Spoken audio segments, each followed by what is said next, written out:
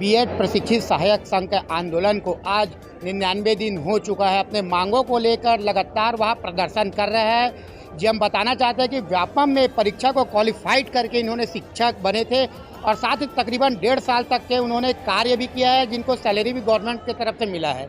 लेकिन अचानक कुछ ऐसा आदेश हुआ कि इनको नौकरी से हटाना पड़ा, जिनको लेकर इन्होंने आंदोलन की धार को तेज कर दिया है। 99 दिन हो चुके, अपने घर परिवार को छोड़ के आज तूता में बैठे हुए हैं। देख सकते हैं मौसम की बीमारी लोग को पड़ रहा है। कहीं ना कहीं कल आंधी तूफान में लोग का टेंट तक उखड़ के फेंका चुका है। अपने मांगों को लेकर अपने घर में छोटे छोटे बच्चों को छोड़ के और साथ ही अपने परिवार को छोड़ के आज राजधानी रायपुर से 25 किलोमीटर दूर धरना स्थल तूता में लोग प्रदर्शन कर रहे हैं। लेकिन सरकार अभी तक सिर्फ 6 जनवरी को एक कमेटी बना दिया है, जिसका एक औपचारिक बैठक हुआ है, लेकिन बैठक के द्वारा अभी भी कोई निर्णय नहीं लिया गया है। आइए हम सीधा जुड़ते हैं उन शिक्षकों से जो बर्खास्त हुए हैं। आखिर क्या है जो अभी तक इनके मांगे को नहीं माना जा रहा है और अभी तक के कौन कौन से ऐसे बैठके हुए सरकार के साथ इनके, जिनके मुद्दों को अभी तक नहीं सुना गया, जो अपने परिवार से दूर बैठे हुए हैं। हम सीधा जुड़ते हैं शिक्षकों से, क्या कहना है उनका। क्या कहेंगे मैडम? एक कमेटी का निर्माण किया गया था आप लोगों के लिए 6 जनवरी को, लेकिन अभी तक उसका कोई निष्कर्ष नहीं निकला। क्या कहेंगे इसको लेकर पहले आप? जी हाँ, कमेटी तो बना दी गई सरकार के द्वारा। एक बैठक भी हुई 9 तारीख को, 9 जनवरी को, पर उसके बाद उस कमेटी का क्या हुआ अभी तक ये तीसरा महीना चल रहा है, पर कमेटी की एक और बैठक नहीं हुई है। हमने हर चीज़ किया सरकार का ध्यानाकर्षण के लिए, जैसे हमने जो पैदल यात्रा भी निकाली थी और साथ में हमने वो अंबिकापुर से जो हम आए थे पैदल यहाँ पर, और साथ में हमने जल समाधि भी ली, भूख हड़ताल पे बैठे, खून से कल लेटर भी लिखा, पर सीएम और या फिर किसी भी बीजेपी के मतलब हमारी सरकार के किसी भी नेता द्वारा कोई भी आश्वासन नहीं आया, ना कोई बात आई। तो हम बस यही सरकार से गुहार लगा रहे हैं कि जल्द से जल्द कमेटी की बैठक हो और कमेटी का कोई सकारात्मक निर्णय आए, ताकि हम और हमारे जो घर वाले हैं वो चैन से सो पाए। मैडम, मौसम का मार भी देखा जा रहा है। कल आंधी तूफान आया, बारिश हुआ, क्या क्या दिक्कतों का सामना करना पड़ रहा है धरना स्थल तूता में आप लोगों को? जी, यहाँ पर जैसे मैं तो रायपुर की हूँ, पर यहाँ पर हमारे कई साथी हैं जो यहाँ पर एक भवन में रुक रहे हैं और 1 महीने से यहाँ पर रुके हुए हैं। और वहाँ पर बाथरूम की व्यवस्था, हर चीज़ की व्यवस्था कितनी मुश्किल हो जाती है। मतलब कई माएँ तो अपने बच्चों के साथ रुकी हुई है। और अब आपको पता है कि एक बच्चे के लिए मतलब कितना जो बेसिक जो एमिनिटीज़ ज़रूरी है, खाना, दोपहर का, और वो हर चीज़ के लिए माताएं जो है वो कितना स्ट्रगल कर रही है अपनी नौकरी के लिए। तो सरकार को मुझे लगता है कि इस सब पर ध्यान देना चाहिए। मैडम, शायद सरकार की बात करते हैं, शायद सरकार को देखा जाता है कि मोदी है तो भरोसा है, घोषणा पत्र में आया था उसका, शायद सरकार लगातार शायद काम करता है, ऐसा कहना है। लेकिन क्या लगता है आप लोगों के, आप लोग को 99 दिन हो गया प्रदर्शन करते हुए, क्या उम्मीदें हैं? अभी भी आपको उम्मीदें हैं? जी, उम्मीदें हैं, तभी हम यहाँ पर बैठे हुए हैं। और मुझे लगता है कि सरकार हमें थोड़ा नज़रअंदाज जैसा हमें फील होता है कि वो नज़रअंदाज कर रही है हमें, और हमारे जो बस एक कमेटी का गठन कर दिया ताकि हम चुप हो जाए, पर जब तक उसका उत्तर नहीं आएगा हम कैसे चुप होकर बैठे रहेंगे। क्या कहेंगे मैम आप? लगातार आप लोगों को यहाँ आंदोलन करते 99 दिन हो चुका है, कौन कौन से दिक्कतों का सामना करना पड़ रहा है? सर, कल आपने देखा होगा पीछे जो हमारा टेंट लगा हुआ है वो पूरा उड़ गया था। पूरा बारिश का पानी अंदर आ करके जितने गद्दे हैं यहाँ पे सब भीग गए थे। जहाँ भवन में महिलाएं रुकी हुई हैं वहाँ के भी मतलब सोने का जो पूरा व्यवस्था था वो पूरा तहस नहस हो गया। खाना और ये तो पूरा प्रभावित हो ही रहा है। यहाँ आप देख रहे हैं आसपास ऐसा कुछ और साधन नहीं है जहाँ पे या तो शिफ्ट किया जाए या वहाँ पे रह सके। यहाँ रहना एक इतना टफ हो रहा है, इतनी गर्मी पड़ रही है। अगर गलती से भी कोई ऐसा हो जाता है ना कि मान लो खुदा ना खास्ता कोई बेहोश भी हो जाता है, तो तब भी कोई मेडिकल सुविधाएं नहीं है। यहाँ बार बार हमको ही सारा चीज़ करना पड़ रहा है।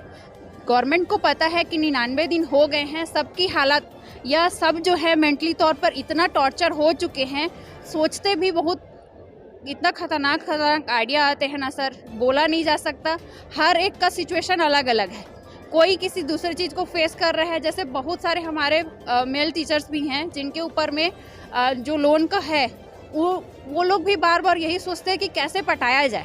हमारी जो फीमेल टीचर्स हैं वो अपने बच्चे को लेकर के आए हैं, वो ना घर के हो रहे हैं ना घाट के हो रहे हैं, वैसी वाला सिचुएशन हो गया है। क्योंकि घर से भी उनको वही ताना मिल रहा है, ससुराल वालों से भी वही ताना मिल रहा है। हम जैसे जो फीमेल टीचर्स हैं जिनकी अभी तक शादी नहीं हुई है, वो गाँव में मैक्सिमम लोग जो है गांव से रिलेट कर रहे हैं। गांव के मेंबर्स ये नहीं जानते कि हमें बर्खास्त क्यों किया गया है। हमारी गलती ना होने के बावजूद भी हम पर लांछन ये लगाते हैं कि फर्जी डिग्री तो रखी होगी, पैसा दे करके घुसी होगी। हमको पता है कि इस जॉब को पाने के लिए कितनी मेहनत हमने किया है। हमको 5 से 6 साल अपना देने पड़े हैं, तब जाकर के 3 लाख लोगों में से ये 3000 आए हैं।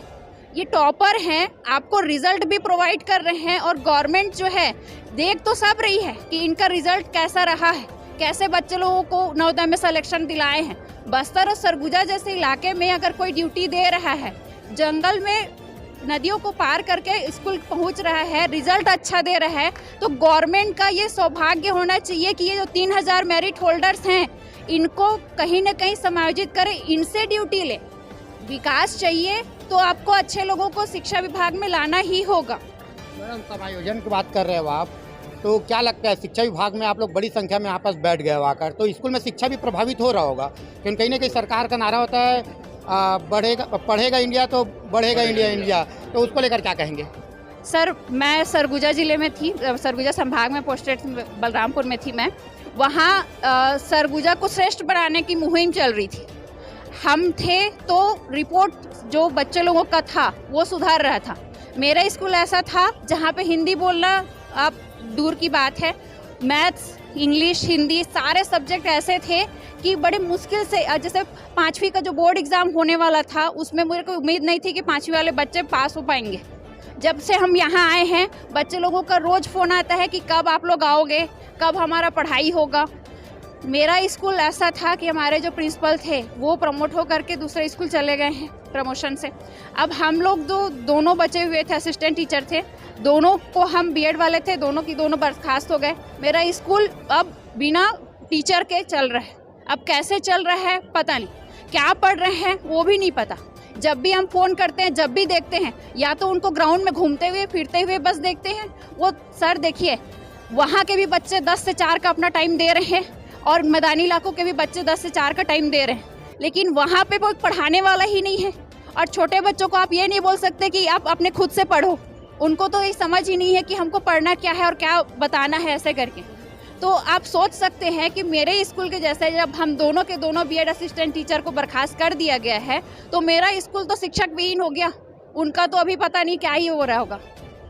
कहाँ तक जाएगा सर आंदोलन? 99 दिन हो गया धरना में बैठे हुए, बच्चों का शिक्षा प्रभावित हो रहा है, तो कब तक आप लोग का आंदोलन जारी रहेगा? सर, हमारा आंदोलन तो उसी दिन खत्म होगा जिस दिन हमको नौकरी के बदले नौकरी मिलेगी।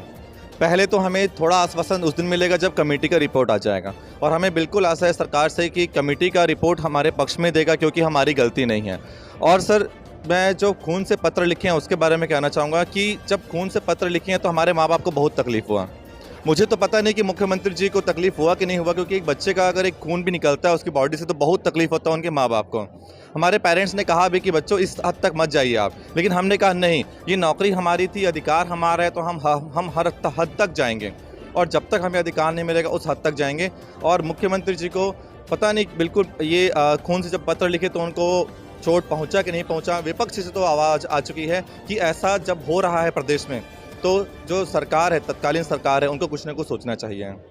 जी, हम देख सकते हैं कि बड़ी संख्या पे शिक्षक यहाँ पर धरना के लिए बैठे हुए हैं, और साथ ही उनका तमाम तौर पे आरोप है कि इन लोग के शिक्षक में जो अभी जो बर्खास्तगी किया गया है, जिसके कारण से स्कूल के शिक्षा विभाग का जो बच्चों की शिक्षा पूरी तरह से चरमरा चुका है। सरकार अपने आंख बंद करके अभी भी बैठे हुए है। देखना यह है कि छत्तीसगढ़ के छोटे छोटे बच्चों का भविष्य किस प्रकार से अंधकार में जा रहा है। देखना है कि संबंधित शिक्षा विभाग के मंत्री इस ओर कब तक